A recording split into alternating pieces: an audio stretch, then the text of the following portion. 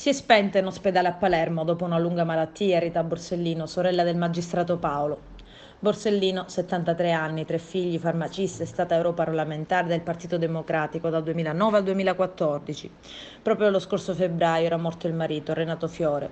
Cordoglio dal mondo politico, a cominciare dal Presidente della Repubblica Sergio Mattarella. La memoria è vita che si coltiva ogni giorno. Quella frase, che era qualcosa di più di un messaggio di impegno e speranza, che si era trasfigurato in bene comune, Rita Borsellino l'aveva pronunciata anche nella sua ultima uscita pubblica il 18 luglio, ormai costretta su una sedia a rotelle, ma presente ancora una volta alla vigilia dell'anniversario dell'uccisione di Paolo e della sua scorta. Stanca ma con addosso il patrimonio immateriale costituito dal suo sguardo limpido, Rita aveva dato quel giorno l'ultima lezione di forza e compostezza accanto alle nipoti Fiammetta e Lucia, davanti all'urivo del ricordo che in via D'Amelio aveva fatto piantare la mamma.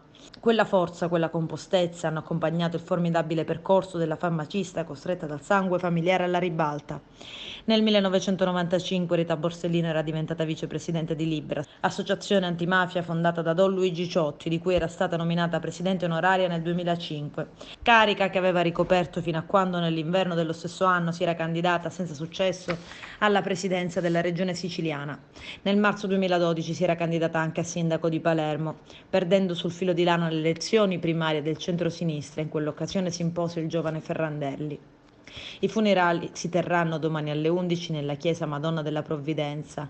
La camera ardente è stata allestita in un bene confiscato alla mafia e assegnato al centro studi Paolo Borsellino in via Bernini a Palermo.